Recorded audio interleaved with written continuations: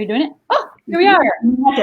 Okay. This is very exciting. So while our audience gathers, I will give everyone who is already here a little rundown of who we are and why we're here, besides to honor these terrific writers. We are currently having some technical difficulties with Granville Burgess. We're not sure if he's going to be able to join us. We hope he is. We want you to join us, Granville, so please try. In the meanwhile, first, thank you to the writers for being here. I know that all of you had some hurdles to overcome to get here, and I'm really thrilled that you're all here and that we're able to do this first salon online. This is a trial, so hopefully the tech will work, and that's the sort of the apology section.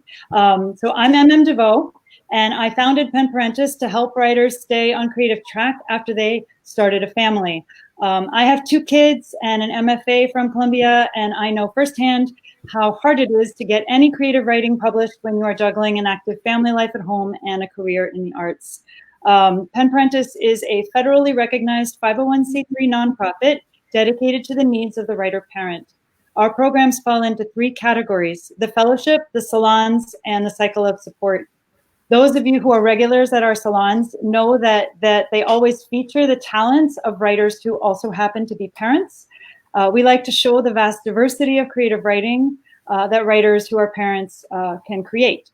We break the stereotype that used to be very prevalent when I founded this nonprofit, that all writers who have kids are either terrible parents, like Ernest Hemingway, or that they are doomed to invisibility because they gave up on their careers when they had kids. Obviously, that's not true. Our heroes are people like Jennifer Egan, who has a Pulitzer Prize and 2 kids, and Michael Chabon, who also has a Pulitzer Prize, as well as a wife who is a fantastic writer, Ayelet Wallman, and count them 4 kids. We believe that writers should be judged on their talent, not on their life choices, and we believe that writing is a career that requires a lot of negotiation and conversation and love. Just like any career, when you add it to the huge life event of having a child, you're going to have to make some things got to give. And we just hope that it's not that you give up your career. Unless you want to, I guess you could. Pen Parentis is very inclusive. We admire all writers who maintain their careers after having children. We don't discriminate on type of family, adopted, step, foster, they're all families. And we also don't discriminate against any kind of writers. We accept MFA grads as well as genre and commercial fiction and screenwriting and poetry, anything that requires creativity, mental space, and some kind of writing implement, be it a laptop or a crayon. We want you to get those words down and spread your ideas into the world. These salons are monthly. They're on the 2nd Tuesday of every month. Before the pandemic, they were always in a cool location in Lower Manhattan and featured free wine and snacks and lots of networking and conversation among book lovers. So we really tried to get an online format that would allow interaction with the audience, because that's very important to us. Now that we have moved online, we have a much larger audience. So I thank all of you for coming tonight, anybody who's here. I can't tell who's here, so it's kind of exciting. I know we had more RSVPs to this event than we have ever had in the history of Pen Parentis, and that's a 10-year history, and that includes our foodie salon, which featured monstrous amounts of free food and wine. So that's pretty cool that we had such a good turnout. So thank you all for coming tonight. When you could be streaming the Stratford Festival or the Metropolitan Opera or Zooming with your great-grandma, I'm just really glad to have such high attendance. Just briefly, I will mention our 2 other outreach forms of programming. Besides the salons, we have an annual writing fellowship for new parents. All entrants must be caregivers to at least 1 child under 10 years old. The entry just closed for this year. And the word count changes each year to encourage these writers to create something new. Our goal is to get people to recognize that their talent is like a muscle that needs exercise, and to give them the opportunity to get writing again. This is the 10th anniversary of our writing fellowship, and we are thrilled to let you know that our very first fellow ever, Abby Scher, who won in 2009, just got a fantastic review in today's New York Times for her newest book, Miss You, Love You, Hate You, Bye, which is a YA book about girl friendships in their tween-teen years. We're very proud of her, and we're very delighted to have sort of been there in the beginning of her career. Our last program is the cycle of support. At Pen Parentis, we believe that community is vital. In fact, our core values are community, inclusiveness, professionalism, and balance. And to build community, we not only host these salons, but we have weekly meetups of small groups of writers who are also parents. These meetups are partly social, but they are mostly professional. In them, we discuss our members' works in progress, and we hold our members accountable to goals which they themselves set. We have had a lot of success with these meetups, from people who have not written since the birth of their child, sitting down to write their first short story, to people who haven't ever had the courage to send out work, transforming into a beacon of energy and submitting nearly every week, and getting published as a reward. We invite all writers who are parents to check out our website at penparentis.org. We do have a membership program for those of you who can afford to join. Starting at just $10 a month, you can support the work of Pen Parentis, and that allows you to attend all of our programs for free. Basic membership to Pen Parentis is always free, and you can always do our things for free if you don't have the means to help us out. We do encourage all writers who do have kids to sign up and then log on to our private Facebook group at Pen Parentis Behind Closed Doors on Facebook. It is a discussion group where we meet each other and support each other's work.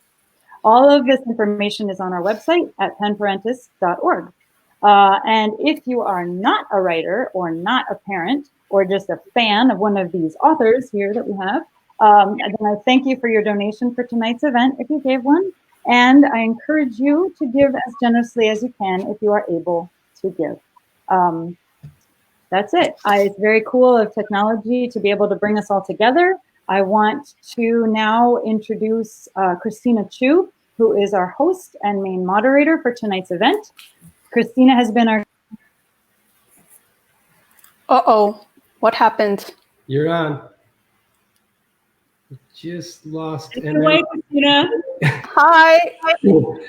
So we just lost Nova. So I'm going to introduce Ted, and we will get Nova on in the meantime.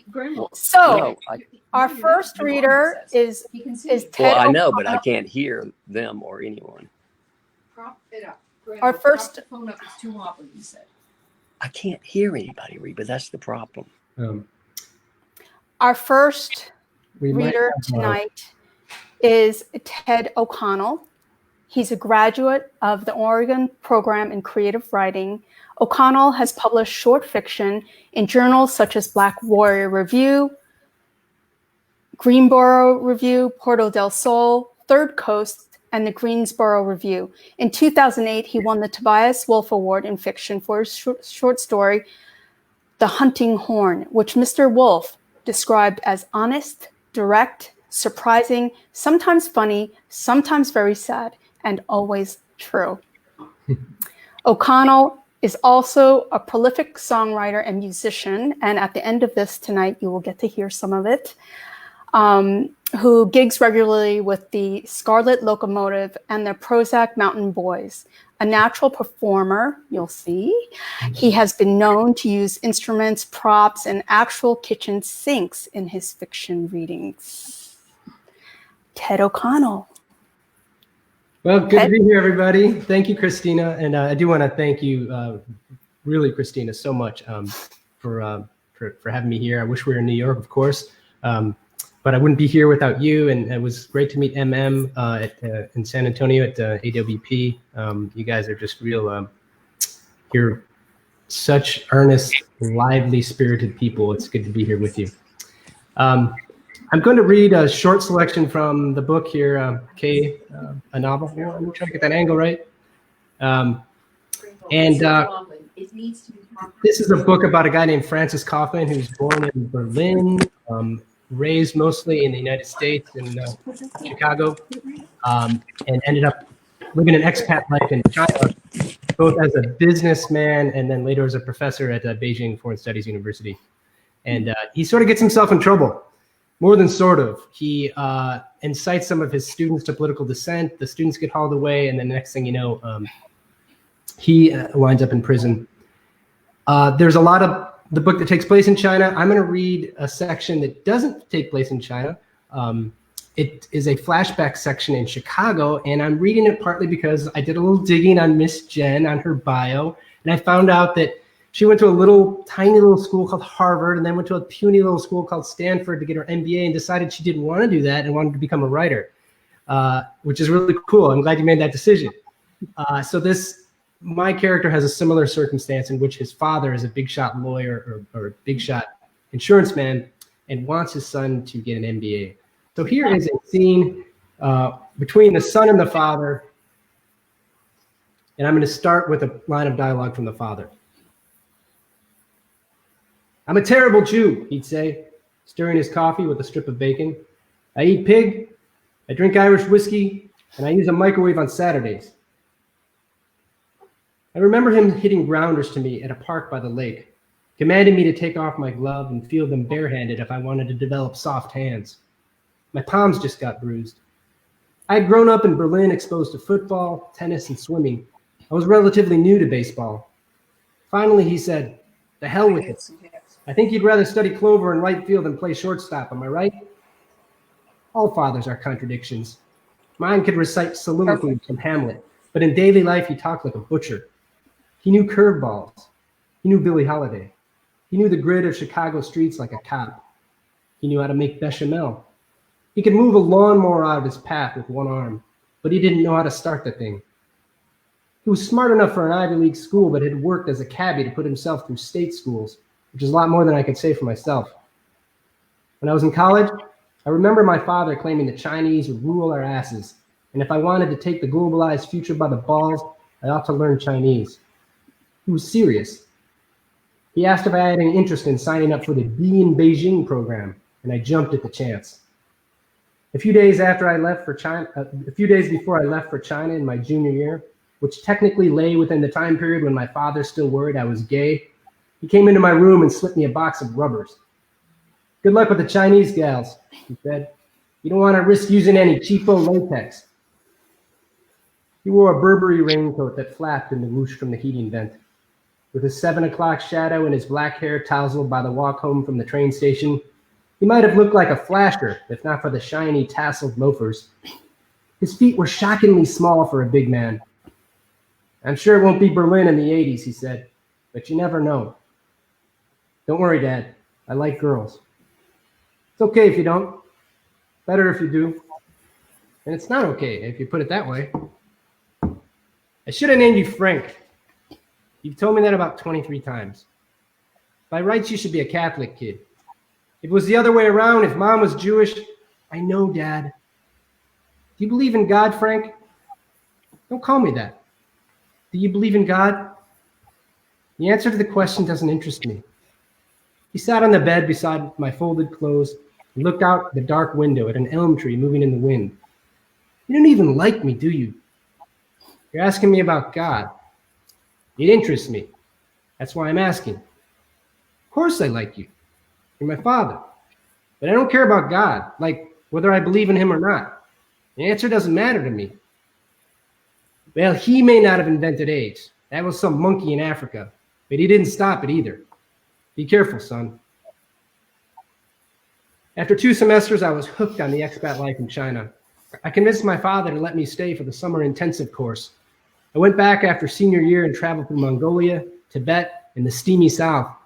I saw the golden eagle hunters on the steppe, the gumdrop mountains of Guilin, the bonfires on the streets of Sichuan, all of which convinced me I wanted to do something besides work for my father's ho-hum insurance firm. I wanted to be a writer. When I got back to the States, I mustered all the intestinal fortitude of an origami crane and enrolled in an MBA program, just as my father wanted. Okay, now I'm going to go back thank you. I'm going to read one paragraph at the very beginning of the novel because that's what one does when one picks up a book. You read the first page. I know people that read the last page, but those people are weird. So just to give you a sense of the very first sort of sway of the book, In Prison, one paragraph. Here we go. It's from the chapter called The Burden. "I don't know why we don't eat with the other prisoners on the first floor. The guards carry our food upstairs using an old metal burden with 4 shelves to a side. The load is rather heavy, and there's a servile look to this method of bringing prisoners food, and lots of it. Apparently, we are supposed to suffer but not starve.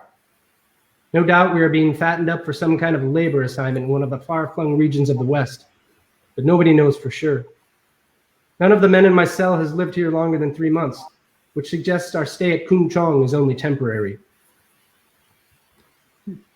Thank you very much. Thank you. It's a round of applause. Yay! A little bit of Thank cake. you. Thank you, Ted. Thank you. So our next reader is Granville Wythe Burgess. Granville, can you hear me? Granville received an Emmy nomination for his writing on the soap opera Capital.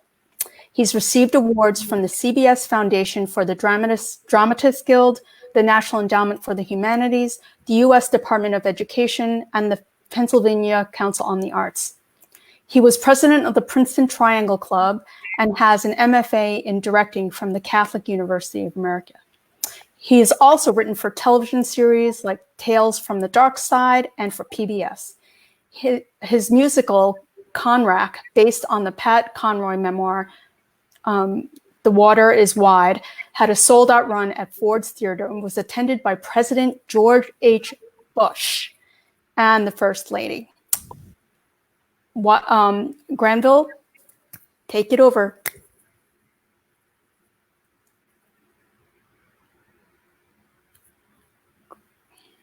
Can you hear me? Christina, can you unmute him, maybe? Oh, yes, sorry. Let's see. He chose to mute himself. That's the problem. You have to unmute yourself, Granville. Unmute. Unmute. Yeah, we did it. Good. Okay, go. Okay. Granville, you're up. Is it my turn? Yes. I've not been able to hear anything you guys have said. Oh, no. Oh, I have huge technical problems here or something. But Reba, would you, sorry, my wife, could I have my novel there, please, on the table? I wasn't ready. Has there been, I'm sorry, any introduction about what this is about or anything? Or did I say? We have introduced you. You are love. Here, this is it. Love. Okay, fine. So anyway, so I'll read this scene from the last at bat of Shoeless Joe. There's a fair amount of baseball in here, so I thought it would be fun to read a baseball scene. Here's the situation. It's a baseball game in the Textile Baseball League in 1951. The Textile Baseball League was sort of the minor leagues before there was a minor league. Shoeless Joe was born in 1887, and he played, in the 1908 to 1920 when he was in the major leagues. So this is at the end of his life. So there's a baseball game, and Shoeless Joe is coaching this team of misfits, mostly, who are owned by Toby Gower, and Howard Stone is a Yankee who owns the opposition team, the Woodside Mill team. And Howard hates being in the South because it's a bunch of hicks as far as he's concerned. But his father gave him this mill, so he is stuck there. But they both love baseball. And before this scene, Shoeless Joe has been innocently seen peeling a potato in the dugout. And Woodside has runners on second and third. So Shoeless called timeout and signaled for Petey to come over for a chat. He draped his arm around his catcher and talked earnestly in his ear, walking both of them away from home plate. Then Shoeless slapped Petey's mitt and turned back to the dugout. Petey resumed his place, squatting behind home plate and signaling Murphy for the next pitch. When it came, a fastball outside, Petey rose up, grabbed the pitch, and immediately threw towards third base, attempting to catch the runner napping. The ball sailed over Bill White's head into left field, and both runners took off running. But a baseball wasn't what had sailed over Whitey's head. The baseball rested in Petey's right hand as he calmly stepped in front of home plate and tagged out the runner from third, then threw down to Whitey, who tagged out the runner coming from second. 2 outs, double play, end of inning, game still tied. The stadium erupted. Players from Woodside poured onto the field, most of them running right at the home plate umpire. "What the hell is going on?" screamed Rusty Peters, the Woodside manager. Don't know, Rusty, Frankie said calmly. Your boys started running and Petey tagged them out. With what? Shouted Rusty. With this. Frankie held up the baseball Bill White had tossed him at the end of the inning. What in tarnation did Petey throw in the left field in? Rusty asked. This, said one of his players, and handed Rusty the object he'd run into the outfield and retrieved. A potato? Shouted Rusty. What's Petey doing with a potato in his glove? Several Woodside players began shouting at Frankie. Come on, Ump, that ain't baseball. That's crazy, Ump. Don't let him cheat, Frankie. Frankie ignored everyone. Maybe Petey thought he'd get hungry, he said to Rusty, turning away. This ain't funny, Frankie. Rusty ran in front of him, blocking his way. You can't throw a potato onto a ball field. I'm not sure there's a rule about that, Rusty, Frankie said. There sure as hell ought to be Jacksons behind this, I guarantee you. You ought to throw him out of the game. I'm going to throw you out if you don't get out of my way and get back to playing baseball, Frankie threatened. Me? I ain't the one cheating. Throw him out, screamed Rusty, sticking his face right next to Frankie. Throw him out, echoed the Woodside player. Soon, Frankie was encircled by an angry, swelling mob. Frankie knew from experience that dangerous situations sometimes arose from time to time in textile ball. The fans were passionate, and there were no guards or fences to keep them off the field. A lot of pent-up frustration from their life-sapping jobs in the mills could easily translate into violence. He had umpired a long time and knew the situation called for action, so he took it. The kind of action umps in professional ball weren't allowed to take. But then this wasn't professional baseball. Frankie reached into his umpire jacket, pulled out a .45 caliber pistol and fired it 3 times. Listen, he said calmly, there ain't nothing says a player can't throw a potato on the field. The inning's over. Y'all get your butts back in your seats. In the stands, Howard Stone was apoplectic. Was that the potato I saw Jackson peeling? He shouted at Toby. Looked like it, Toby answered, trying not to smile too much. This horse shit league, Howard shouted again. You call this baseball? Textile style, Toby responded, matter-of-factly. But it's still 9 men to a team and 27 outs, same as everywhere else. It is not the same as everywhere else, Toby, Howard said. Not by a long shot. Everywhere else, potatoes aren't baseballs. So that's my novel. Thank you, Granville. Oh, that's so funny. Thanks. So we're going to Good have to a kind of hear discussion. you. It's great, right? We're going to have a discussion. Okay, I can't hear you, but anyway, you could. It goes in and out. Sorry, my modem went. I'm trying to use my wife's phone and blah blah blah. Anyway, Okay. So our final reader is Gish Jen. Yay! I have been so excited for this. So many years ago, I had picked up a book. This is before I even thought of being a writer. I even thought it was possible. I read a book called Typical American. And oh my God, I was dying on the floor laughing. It was that good. And it was so hilarious. And it made me realize, like, oh, maybe I could be a writer because maybe I do have some things to say. So Gish also happened to be the judge of the competition that I applied, that I sent my beauty into. And I only sent it because I love her work. And I saw that she was judging, so I sent it. And lo and behold, it won! Yay! So thank you, Gish. So I'm going to introduce Gish.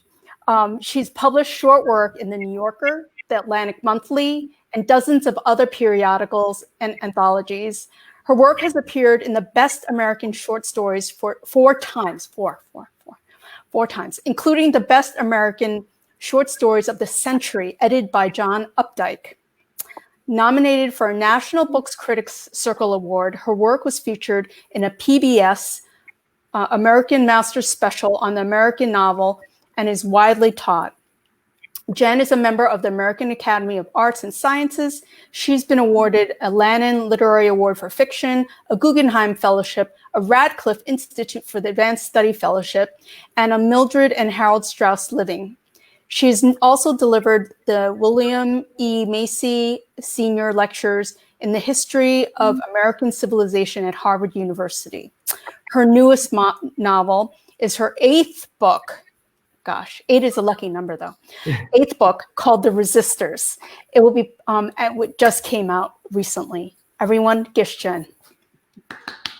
Yay! Thank you so much. And, Christina, I have to tell you, there's nothing more satisfying to a writer to feel that they have helped another writer, sit down and think that they could do it. And so I really, truly, this is like the happiest possible moment for me. Yay! Your book is wonderful. Thank you. And when I have to say that when I picked it up, I was looking at a lot of manuscripts. And, by the time you get to your 6th or 7th manuscript, honestly, your eyes are kind of going down. I picked yours up and, there it was. So congratulations. Thank you. I have to say, I don't know how you put this evening together. I mean, we overlap so much. It's just frustrating to have so little time together. I love everything that you guys read. I feel like I must pick up your books immediately. Ted, I've got to tell you that I know Beijing Foreign Studies University. I know this whole scene. I mean, oh my God, we overlap so much. And of course, as you may know from some of my earlier work, I'm really half Jewish besides. So kind of a lot of overlap there. And Granville, of course, baseball. So my new book is something of a departure for me. It is called Resistors. It is a post-automation surveillance state feminist baseball dystopia. This actually comes right out of my life as a parent, so we can talk about, all the unexpected ways in which having children actually inspires us. I think everyone, the big narrative is having children is like kind of the end of your creative life. My experience has been exactly the opposite, and this book is an example of that. It does involve this dystopia set, 50 years from now or something like that. Many terrible things have happened. But there is a girl in it. She has a golden arm. People have asked me why I wrote, and she is about the same age as my daughter, and she goes off to college in this book as my daughter did right before I sat down to write this book. I will say that one of the reasons I wrote about baseball was exactly because it is the one sport that neither one of my children has ever had anything to do with. And I understand that on one hand, you're dying to write about all kinds of things. On the other hand, you cannot write about them. And so in my case, neither one of my kids has ever picked up a bat, so far as I know. They definitely cannot catch, and they definitely cannot throw. And that's one of the reasons I have this, this ace pitcher in my book. I'm going to read you a very short section. In this section, she's come out of nowhere. She's, in this dystopia where actually people like her don't get to play. But anyway, she's risen up, and now she's in the Olympics. And the U.S. is about to play Chin Russia. So China and Russia have conglomerated in this book. They are terrified of the Chin Russians team because they've been genetically modified, and what that means, among other things, is that all of them are switch hitters. And so here's the section they're looking across. But this is also just about why I wrote about baseball and its place. And so they're looking at these guys, like I said, they're terrified. And they say, perhaps all of this was fear, pure and simple, on the part of Gwen's teammates. But feeding their obsession, of course, was the sense that baseball was more than a sport, that it was a crown jewel. There were people who said it wasn't even invented in America. There were people who pointed out that it was mentioned by Jane Austen long before it was ever mentioned here. But if baseball took on a hallowed meaning, it took on that meaning in our American dreams. For was this not the level playing field he envisioned? The field on which people could show what they were made of? And didn't we Americans believe above all that everyone should have a real chance at that? Didn't we believe that with the good of a team at heart, something in us might just hit a ball off our shoe tops and send it sailing clear out of the park?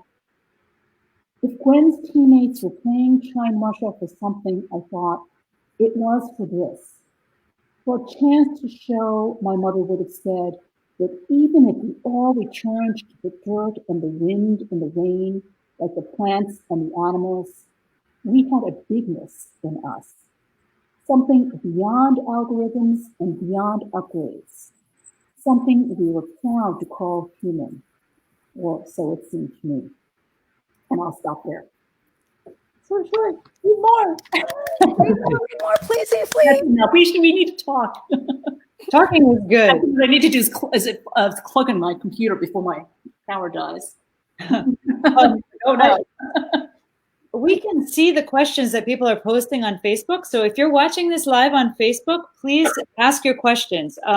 I see already that Jess DeCursey-Hines, who was also a fellow that won, asked a question for Granville. Granville, can you hear us? Can you lift up your hand if you can hear us?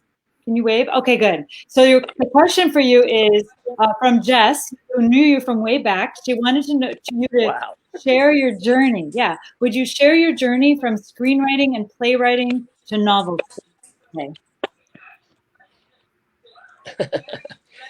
Well, I wrote this as a screenplay in the 90s, the last at-bat of Shoeless Joe. Wow. I'm mainly a playwright and a lyricist, and I've been in the theater my whole professional life. But several years ago, I thought, well, maybe I'll, as a writer sometimes do, maybe I'll try a different genre. I'll try to see if I can write a novel. And I'm married to a woman who was raised on an Amish farm.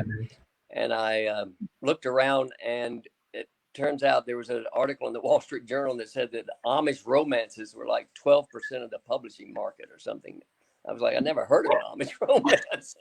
So I quickly heard of Amish romances. There are writers out there who've written like 58 books and things like that. But so I thought I would use that as a reason to try to write an Amish romance. And I've written 2/3 of a trilogy. Why start with just one? Say you're going to write a trilogy. Why not? So anyway, well, after I'd written 2 of those, I thought, gee, I really like this story. And, I opened up the screenplay again and said, maybe I can make it into a novel. So that's kind of how it came to be a novel after 25 years. Sounds like it reads really well, like a novel. Yeah, people like it a lot. I'm very happy about it. Yeah, I still have the screenplay. If anybody's Hollywood's watching, of course they don't. Did you, when you were doing this, did you mostly take from newspaper clippings, or did you actually watch? Like, how did you get the background for it? Well, there are a few books written about the Black Sox scandal. And, I read a lot about, I grew up in Greenville, South Carolina, which is Shoeless Joe's hometown. So I knew a little bit about the textile mills, and I used to ride around the textile mills with my mother just when I would come home from college. And so he was one interesting thing about this, at least for me, is that because it was a scandal, when I was growing up and playing Little League Baseball, no one ever told me that Shoeless Joe Jackson, the greatest natural hitter of all time, lived in my town right across, in West Greenville. He was dead by the time I actually played, but he was alive when my brother played, but no one ever mentioned it because, he was a cheater and, he was not a model for young ball players. So it wasn't until, 10 years ago, they finally thought, wow, this guy is, after Field of Dreams, everybody knows who this guy is. Maybe we should claim him. So now they have a statue of him in my hometown, and his museum, the Shoeless Joe Jackson Museum, is there, and it's in his home. So I actually got to sit in Joe's chair and try to imagine some scenes and what he must have felt like there. And so that was really neat too. That's very cool. So in terms of research, I read a lot of books and I read about textile life, and I knew a lot about baseball myself, of course, just from playing it, and then let the imagination go. Did the potato thing really happen? But Jessica, hi, it's good to hear from you. So I don't know if you can hear me. Oops, now I've lost you. Okay. Oh well. You lost us. Gish, there's also a question here from Jessica Hall for Gish. What writers influenced you? probably in the writing of the Resistors, or maybe in general. I don't know. I mean, in writing the Resistors? I don't know. It doesn't say. So I'm doing both. Oh, I see. I've been influenced by everybody, like everybody else. I started off with Louisa May Alcott and went through, Jane Austen and that kind of thing. Probably, the influence that I probably has, the thing that's left the biggest mark on me probably were the Jewish writers, because like Christina, I think I was, I came of age at a time when it wasn't really clear that people like me had anything to say, or, anyone was going to listen to us and so on. And I very much, I was very much influenced by people, not just the big Jewish writers, meaning Philip Roth, of course, and Bernard Malamud and Saul Bellow, but also the women who kind of suffered in their shadow, right? So Cynthia Oakes and Grace Paley. Grace Paley. Yeah, Grace Paley was a very, very important person for me, and she took me under wing, and Wow. And like I said, I spent a lot of time in her little in her house in Thetford, and yeah, I can actually still remember the moment at which, we all have these moments. So I think, we all have these moments like Christina, it's like, oh my God, there's so-and-so. That I still remember the moment where I was giving a reading and I looked down and I realized that Grace Paley was in the I was so nervous. It was just like, oh my God, it's Grace Paley. So, and of course, people, my voice is my early voice, that New York Jewish voice is very much influenced by her. So much so that Maxine Hong Kingston, the first time I ever met her, she said, I hear you writing to Grace, but I don't hear you writing to me. Oh my gosh. It's really just that I've grown up in New York, that's all. So the Resistors, I have to say, though, really, it's not obviously influenced by any one author. But what is true is that I did read a lot of science fiction when I was like 7th, 8th grade. And I had completely forgotten all of that. I mean, if you had asked me, was I really influenced by science, I would have said no. And yet when I sat down to make this world, it was all right there. I didn't have to think about it. It was unbelievable how easy it was. And I realized that, it's a great example of a lot of that early reading. It's just in you. And you don't know it's there, but it is there. So how much research did you do for Resistors? All my research was baseball research. Unlike Granville, I actually knew very little about baseball. I knew a lot of, I knew it viscerally, in the sense that I knew what baseball meant, especially to immigrants. Like I knew its place in America, partly because, like many immigrant families, my family was obsessed with baseball. That's because it's often the way that immigrants are first, first get to perform Americanness. They go to a baseball game, they have a hot dog. They're like, oh, there are 3 strikes and then you're out. And my mother went on to be an incredible baseball fan. I will say so much so that she did just die, as Christina knows, and we did bury her with a Yankees hat. Oh, yay! Yankees. When I mean we were fans, we were really fans. And also, my brother was an ace pitcher. My brother was extremely athletic, and he was very, very, very, he was really quite a phenomenon. That said, I myself, don't play baseball, and I was not the baseball fan in my family, so I did have to do a lot of research, which is a lot of fun, I will say. Well, I mean, can you imagine? I think that we always know when you're on the right project, when you're faced with this mountain of research that you have to do, and you think, oh my God, I've just managed to get myself, I managed to make all these baseball books into work. You're sitting there like having a great time. It's like, oh, I'm working. That's the best, isn't it? How about you, Ted? How much research do you do? Your character's in prison at one point in China. So can you talk about that? How do you go about that? Yeah, well, I basically got myself thrown in prison on purpose. No, I didn't. No, I purposefully did no research on Chinese prisons at all to begin with, because I wanted the whole world to be a product of my imagination. I thought it would be more true and wicked that way. So I kind of left that alone.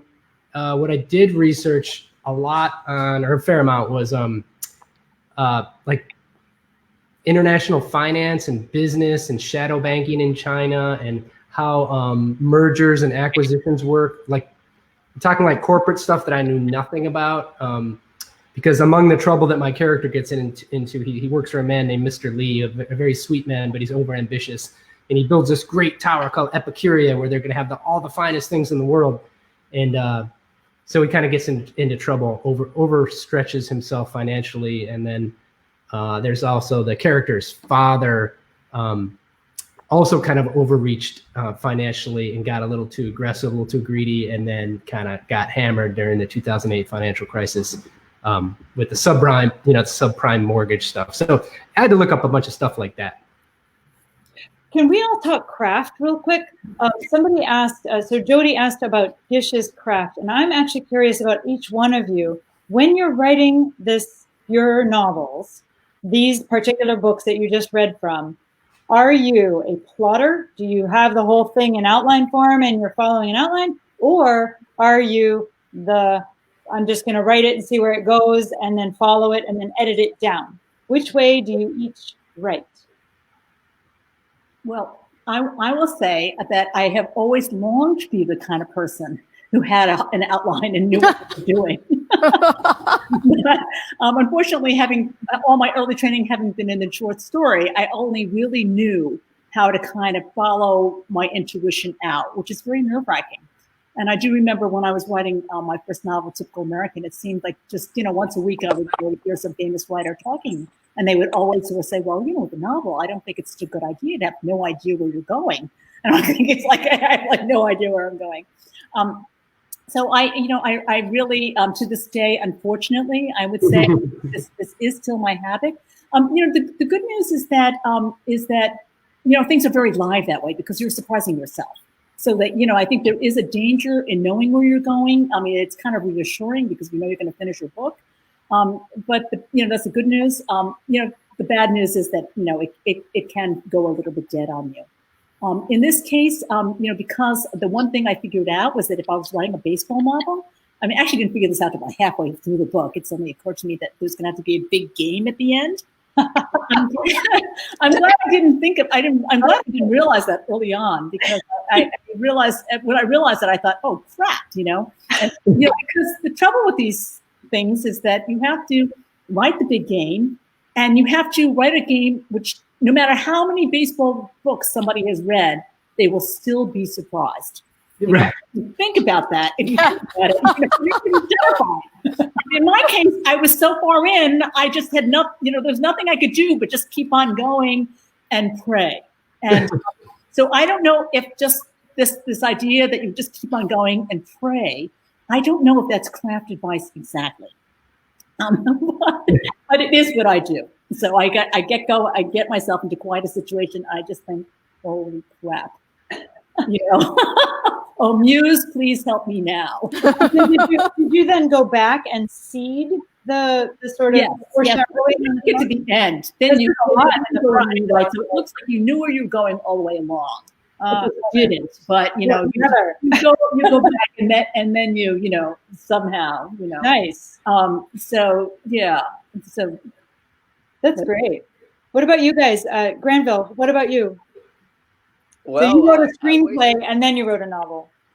Right. But in general, even in my plays, I wish I were the kind of person who didn't know where he was going all along. Like, but I'm the opposite, I guess. I like to, on the screenplay, for instance, I'm of the 3x5 card thing where you sort of put all these ideas down on cards and then you can move them around. Screenplays, especially, and plays pretty much, at least the way I write them, are, all about structure. So, you sort of have to know, like in a screenplay, when the end of Act 1 is and what the climax is going to be and how it spins it around in the middle act and then, what the climax of that act is, and et cetera. So you kind of need to know where you're going. At least I need to know where I'm going. So, and I had early on what I guess inspired this, besides the fact that Shoeless was from my hometown, so I wanted to write about it, and I love baseball, so it seemed like a good fit. But I did have, as Gish was saying, that I did have a surprise in mind for the big game already, so that gave me a place to sort of head towards. But anyway, I do all this research, And I take a ton of notes, and then I sort of try to figure out a little bit more where I'm going. I will say, however, one does get surprised because I have a musical called Common Ground about Frederick Douglass and Abraham Lincoln. Wow. And it wasn't till I've written 12 drafts. It wasn't until like the 6th draft that I found out that, it was called Common Ground and that was really what it was about, I mean, so in that sense, you might think, I had in the first draft, Walt Whitman was in it, and all, Lincoln's son was in it along the way, and all these people, they get thrown out along the way as you try to refine it. But I really didn't know what it was about seriously until, I found, oh, this is it. Okay, right. Same thing happened with my first play too. You just sort of like writing along, and suddenly you really understand what it is exactly you're trying to say. So that's my approach for whatever it's worth. What about you, Ted? Are you a plotter pantser? My creative process is kind of like throwing a potato into left field, maybe. Actually, I'm much more like, but not him. I'm much more like Gish, and just for the fun of it, I brought these. These are my notebooks that I used in China, and I wrote the first draft in 5 weeks in a kind of a 5-week binge in Beijing. Amazing. I was all by myself because my wife and my daughter had to go back to the States to attend to some family matters, and so I just kind of got on a roll. And I love these notebooks. Are really cheap in China, and they're elegant, and they have some really cool, like, funny. I don't know why the Rhine is there. But here's the one. Oh yeah, the story of the Rhine. You can find this on just off Second Road in China. So that tells you right there that I definitely am much more like Gish. I kind of roam, and it does take way longer, and it creates a lot of headaches, but I think it creates more surprises for me. Eventually, I rein it in, Great. In graduate school, we used to call this the barf and polish method. Barf and polish. That's very honest. I like it. Can you really polish barf? So what are you all working on now? What do we have to look forward to? I have to say that I don't like to talk about what I'm working on. Okay. Because you always feel like you're going to jinx it, Yeah. But I am working. Yay! Well, 8 books. You must be working all the time. I do work a lot. And, now that my daughter has gone off to college, it's really amazing how different my productivity is. That said, I think that one of the reasons that I am able to kind of produce this way is because having children made me so disciplined. Do you know what I mean? I was going to ask you, if you don't mind, the way I had my first child, I would, get up in the morning and I would talk to all my friends, and then I might garden a little to kind of get in the mood, and, kind of would just come to me, and, and sort of wend my way to, then I had my first child, then I would go to my workplace, I would have my double cappuccino and start typing, Yay! And I was just kind of like, and before that I used to have writer's block, it's like, boy, once I had my first child, like no more writer's block. It was time for writer's block, right? No. It's true. You got it. You've got 3 hours. The answer is boom, right? And I find that so sort of this, so now that my younger child's gone off to college, so I do have big stretches of time. I mean, I still have lots of things to do. Don't get me wrong, but it's not like having a child. And but the habits that I developed in all those years of childbearing, and I years. So but the habits that I developed have stood me in good stead. And after, I have to ask this because I don't yet have an empty nest. And is there another big change once the kids leave? Do you have that oh my God, I have too much time. Like, whoa, how am I going to discipline? Do you have to re-discipline yourself, right? Or is it just like, yes, I'm on it? Well, no, because, there are other pressures. For instance, unfortunately, when your child leaves, you also, they leave, but the tuition bills are still there. So, you do have to produce because you need to pay their tuition. But I think that your motivation does change a little bit. I mean, I think in the sense that the whole time my kids were growing up, it was all about survival. Do you know what I mean? So I'm just, I am just set on doing this. Then all of a sudden you realize, like, well, actually, first of all, I've written 7 books, so I don't really have to write another one. And, so why? Do you know what I mean? Kind of like, well, why continue writing, And then weirdly, your children kind of become the reason, I mean, in the sense that, because you don't want it to be this narrative where, first of all, because they were there, kind of you didn't write as much as you would have, or do you know what I mean? You didn't write as freely as you would have, or, you don't want it to be anything like this. Also, you just don't want to, like, in terms, if you have a daughter, you don't want to sort of like, I got to my 60s and I fell apart, because you don't want her to get to her 60s and fall apart, So you have to keep it together so that she will keep it together. You know what I mean? It's funny, but your motivation, it does change, but it's much more like kind of like, well, what is my gift to my children through my work? And so, and so you do continue to work, but it's like I say, it's differently. In fact, I think in many ways it's more oriented to my children than it was when I was younger. I guess when I was younger, I was writing despite my children. Now I'm writing for my children. Well, your daughter must be home right now. Ted, you too, right? Yeah. Yeah, I have a daughter home from college, and so she got sent home the second half of the semester. Luckily for me, my daughter seems to have absorbed my work habits, and she's the one who's like, "Shh, I'm working." Oh my God, she's so intense. I think, was I like that the whole time she was growing up? I guess I must have been. Wow. How about you, Ted? What's the question? What's it like having your daughter home? Well, she's 16, so she's been home, this whole time. I think like any 16-year-old, she's probably a little tired of her parents, but we enjoy each other's company quite a bit. I'm really, really blessed. We adopted our daughter when she was 3 days old, and it's like miraculous that she landed with us, because she's always been a voracious reader, and my wife is a reading specialist she teaches reading for 7th graders and first graders, and my daughter loves the theater, Granville. She's a playwright and she's a musician. She writes songs, so we play music sometimes, and it's been great. Wonderful. And you, Granville? How old are your kids? Oh, can you hear me?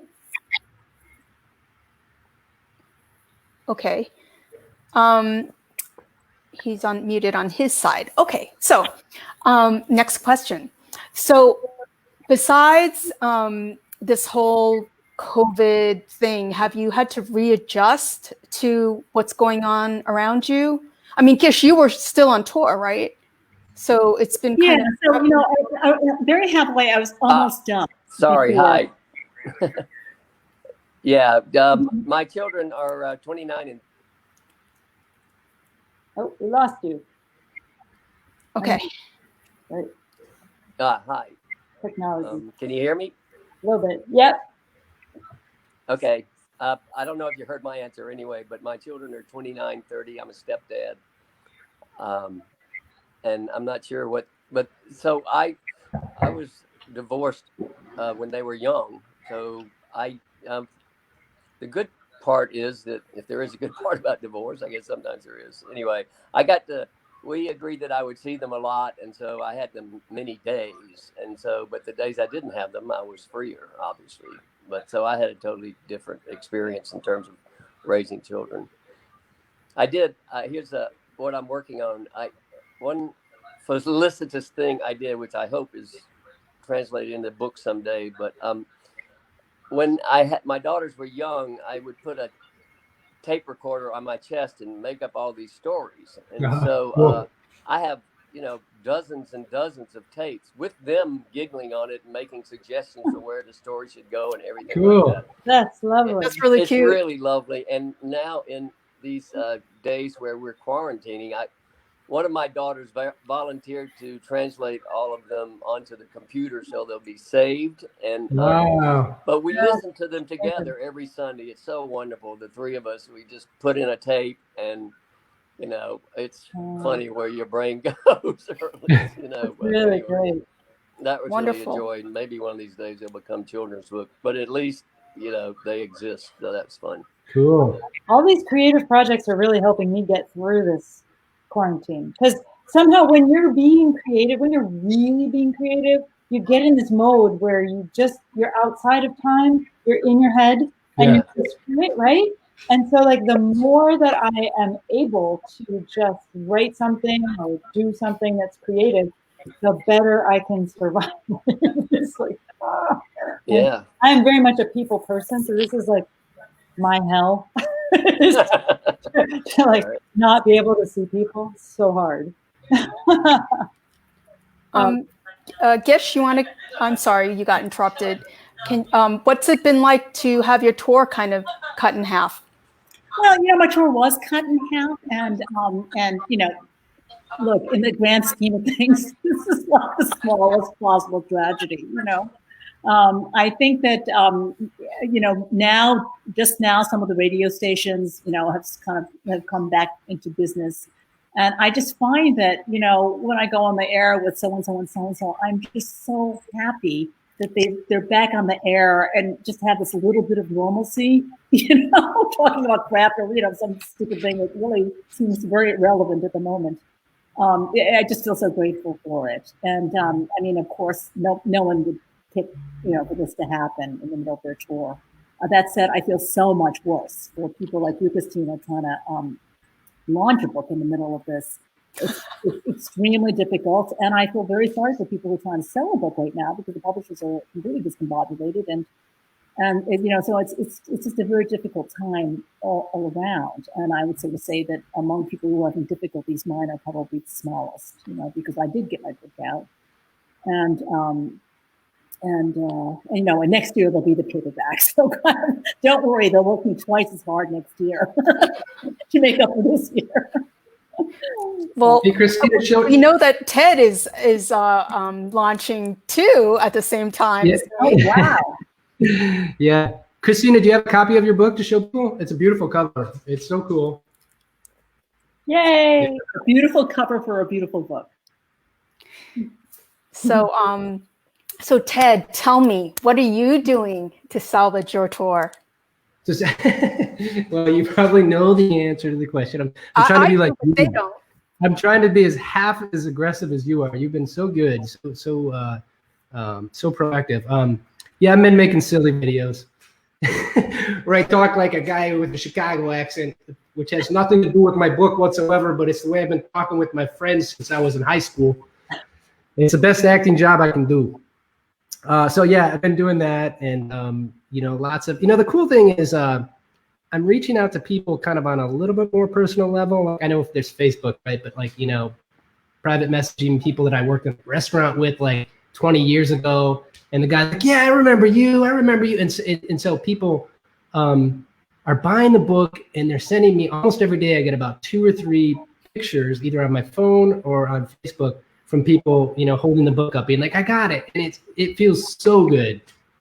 Really, really, really cool. So yeah, I'm just trying to connect with people and do it in a way that's fun, you know, and organic, and doesn't feel too much like I'm like constantly like being buy this, you know. I've been seeing a lot of that on Twitter, that people holding up.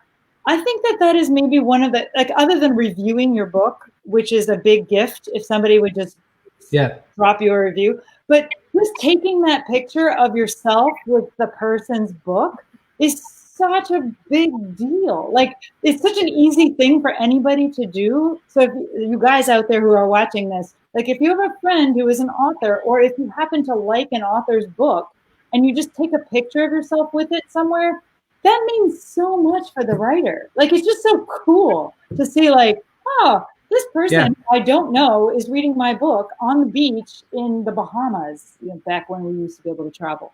But, you know, like, it's just a nice little thing. I don't know. And I'm a newbie. It's my debut, you know, book. So I didn't know what to expect on a lot of levels, and I didn't know that people were going to do that. So it's really cool. So thank you, everyone. So I don't know if you guys can see Ted, Gish, Granville. Can you guys see the chat comments as they come up? There's some really lovely comments to people. I don't know, maybe I can read some of them. They're really kind. So first of all, I'm just scrolling back to see if I can get some of them. First of all, it's like Douglas Patich says, "Looking good, Ted." Yeah, Charlie Christian says hi. A bunch of people are saying that they're so happy that Gish is talking about how the writing is like a gift to your kids. Yep. Yeah. Cool. There is, let's see, Charles, let's see, sorry, I'm just trying to scroll real quick. David O'Connor said, great reading, Ted. Can't wait to get your book. Jim Round says hi. Julie Paddleford says, gotta love a wayward potato.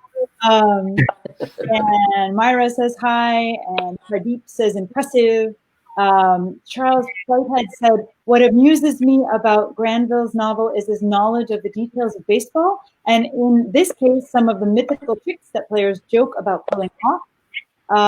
Louise Moody said, listening to Granville reading with his great accent and dramatic flair is wonderful. Some questions that I asked already. Helene said it was a great expert, Granville. Sorry you had such tech troubles. Jim Round is making jokes. Ted, have you ever been in any prison? Let's see. Thank you for joining us. Great group. I think that somebody else just did something and it just changed everything, and now I can't find where I was in the thread. Sorry, everybody, that I was just in the middle of the thread. Sumaya Ahmed said, I am so grateful. Oh, dang it. Stop wording. It moves around. Oh, here it is. I am so grateful for Gish's perspective on how her work is a gift to her children. I feel that my parents' passions are a gift to me. It's lovely. And Julie also said, Ted, I love the idea of character voices for fun and discussing your work. We should start an initiative of celebrating the authors we love. Madonna says hi. Somebody heard, Tucker Lieberman said, Tucker Lieberman said that they heard Gish speak in Boston about 7 years ago, and her book helped me form some ideas about the book that I just wrote, so I tuned in to say thank you. And Ron Kroll says hi, you sound very distinguished. And Jessica Hall says, definitely have some books to add to my reading list. So there are people out there listening, so that's good. And you guys can always ask questions on this chat. We can actually see that you are chatting. So it is actually interactive, which is really bizarre and cool and Star Trek-y. Christina, you can take it away. I'll stop now. Okay. Okay. So before we wrap things up, I just want to ask, you talked about Grace Paley before. What, and like how she kind of opened the door for you, in a way. Were there people, like other people like that for all of you?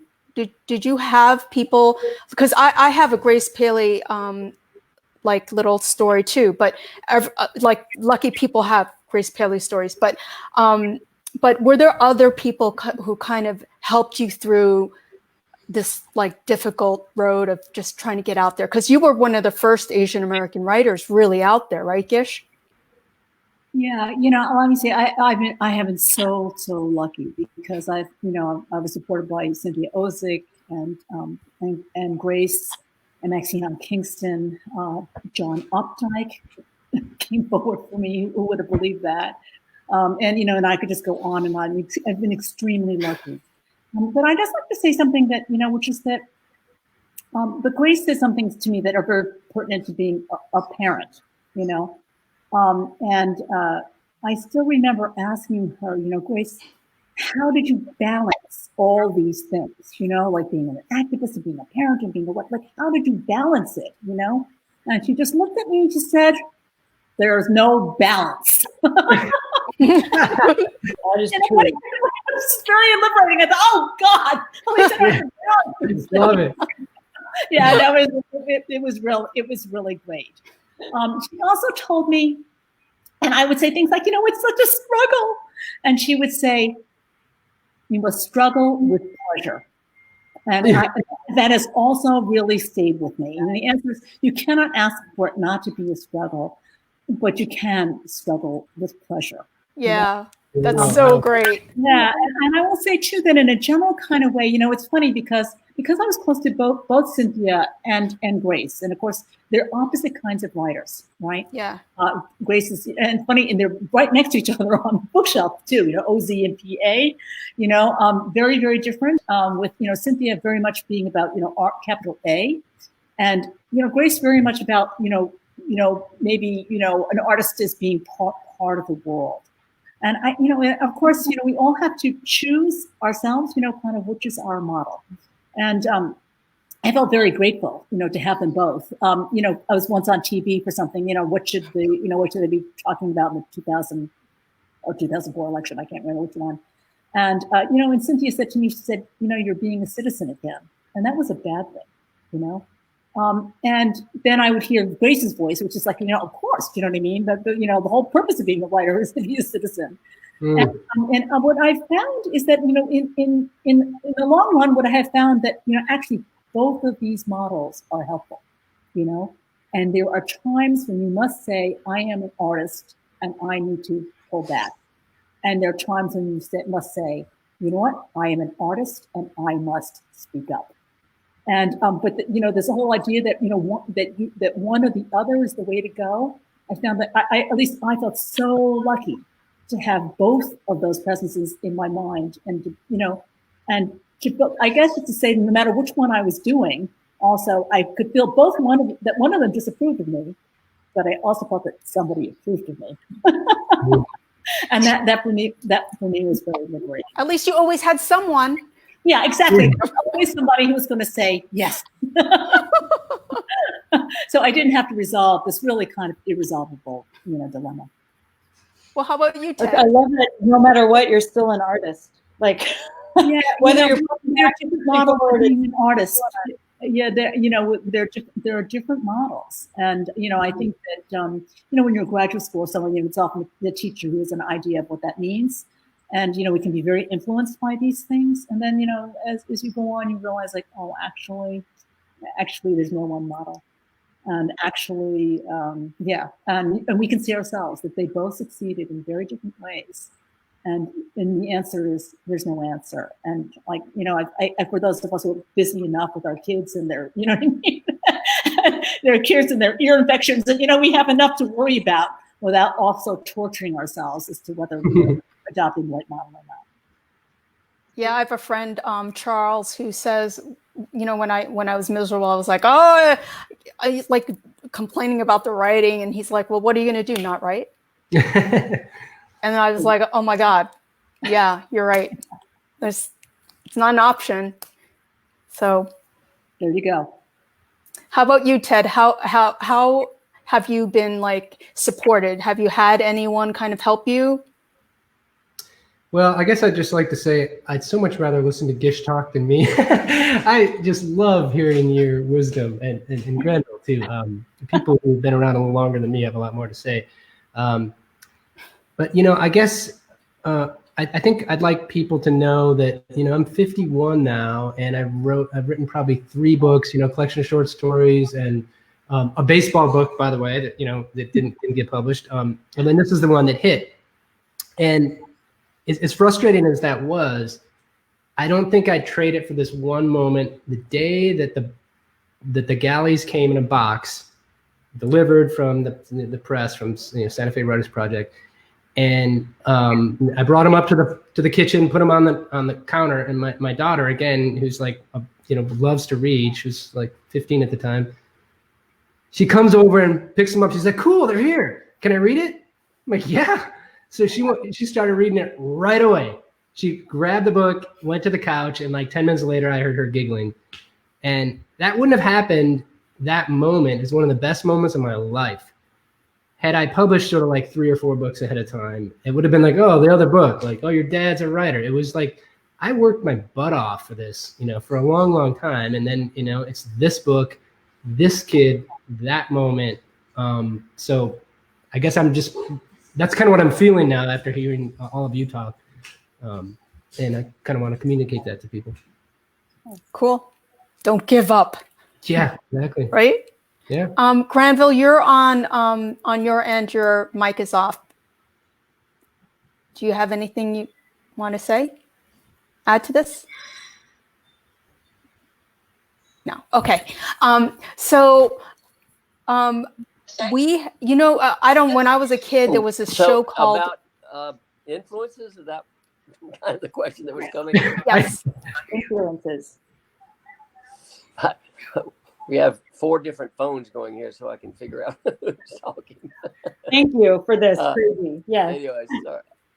I don't have a particular person. I think, I started in the theater, and I grew up sort of admiring, Arthur Miller and Tennessee Williams. And so I sort of got in my soul that I wanted to write something that meant something, I guess is one way to say it. They say if you want to send a message, call Western Union, which I guess, I don't know if it even exists anymore. But so I've often wondered if maybe I was trying to be too messagey or whatever. But I think in a sense, my major mentor was growing up in South Carolina in the days of segregation, because I got this great sense of injustice landed in my soul. And I was always inspired to write stories about people who weren't treated fairly and, suffered injustice.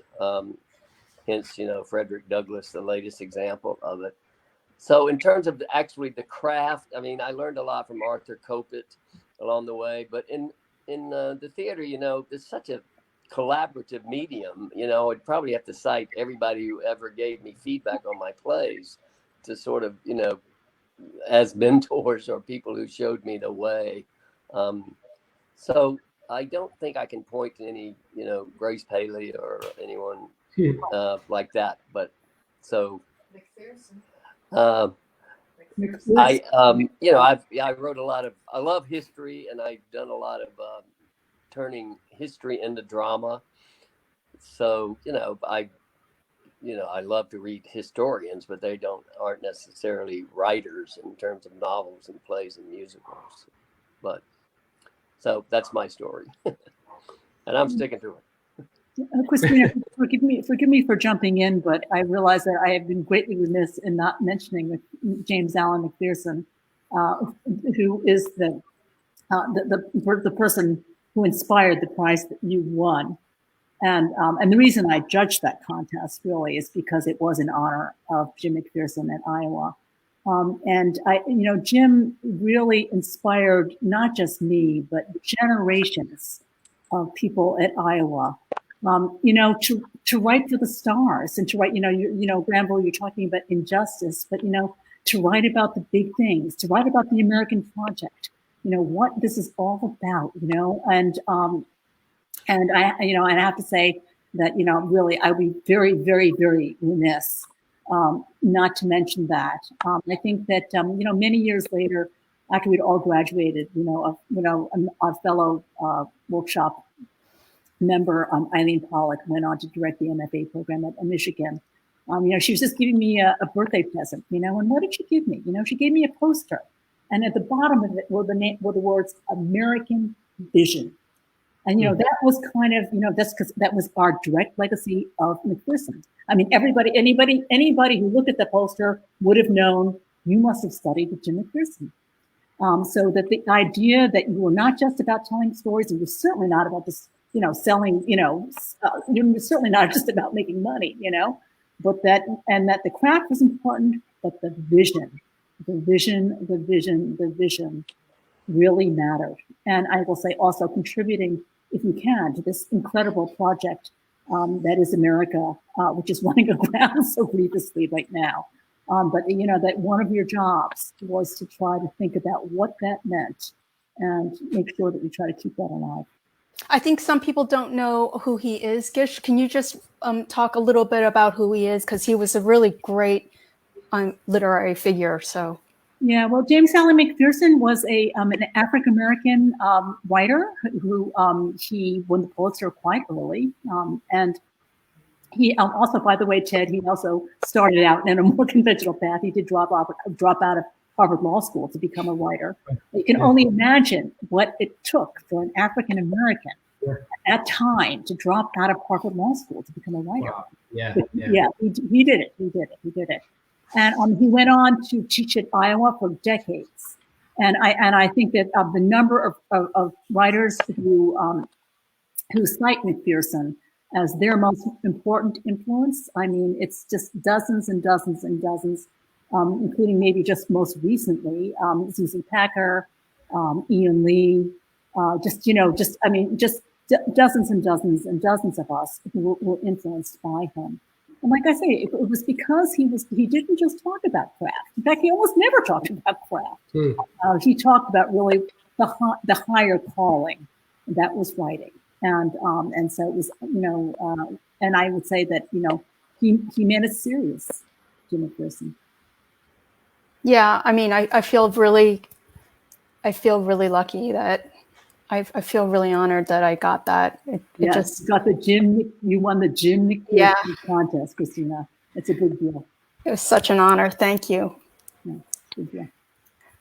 So we need to wrap things up shortly, but we have a little bit of a treat. When I was a kid, we had this show called Magic Garden. And at the end, we had these two women, and they would come out in their hippie clothes, and they would play this song, and it'd be like, it's nice to say hello, hello, right? So Ted is giving us a little treat. He would like to play a little something as a goodbye. All right. So much music. Whose background do I need? No, it's Granville. Here's okay. Yay, music. This is a guitar. Hi, guitar. Yeah, and I imagined being in New York at this time, and here's my wonderful daughter Amelia. I imagined being in New York with all of you, and I was going to bring my guitar on the plane, and I was going to sing this song for my buddy Sunil Harini. He's watching. A beautiful man, really great guy, also a parent who is about my age and hasn't published yet, but he will. And he was super happy for me when he found out that Kay was going to be published. And so I reached out to him, and then I ended up writing him this song. And it's about imagining going from New York to San Francisco, where he lives. And it's imagining that day when his book is going to be on the shelf, because it's going to be on the shelf, Sunil, I promise you. The first line, if it sounds like I'm saying some damn fool stole my baby Ruth, it's because that's exactly what I say.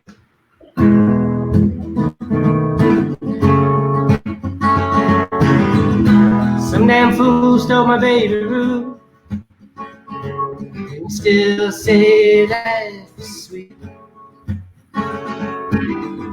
Sing your songs at the top of the roof in New York. This fire's burning Brazil. You're on your way to California with your wife and baby boy. Typical novels that you wrote, and how you miss your favorite winter coat. There are things you gotta do. There are things you gotta write. There's a long list of failures on your slow boat to Chinatown. Jukebox in her eyes, songs are coming late tonight. Suppose you are on the floor and you sway. Yeah, you sway like 7th grade. Come on, kiss me at the top of the stairs. Still look good in your underwear and your plastic shoes. wash and wear and your denim blue. I love you, love you. Face the ocean of California, taste the salt of Monterey. You placed your book upon the shelf in some salty seaside cafe. And you say, don't it just look so handsome, baby? We could make another maybe. Jukebox and her eyes on to come late July. Just pull you on the floor and you sway. Yeah, you sway like 7th grade. And there are things you gotta do, and there are things you gotta write. And there's a long, long, long list of failures on your slow boat, on your slow boat to Chinatown. Thank you. And thanks to all of you for joining us tonight. Ted, Granville, Gish, thank you so much. This was a real treat for us. Have a great and safe time during this COVID period. Be safe. Be safe. Be safe. Really, really glad you're here. And everybody else who's here, you're all more than welcome to come back in 1 month. On the second Tuesday of June, we've rescheduled our April salon for June. And on the second Tuesday of June, we have 3 more fancy authors, all of whom have kids. So come back. Grateful. Thank you. Thank you. Bye. Yeah. Bye.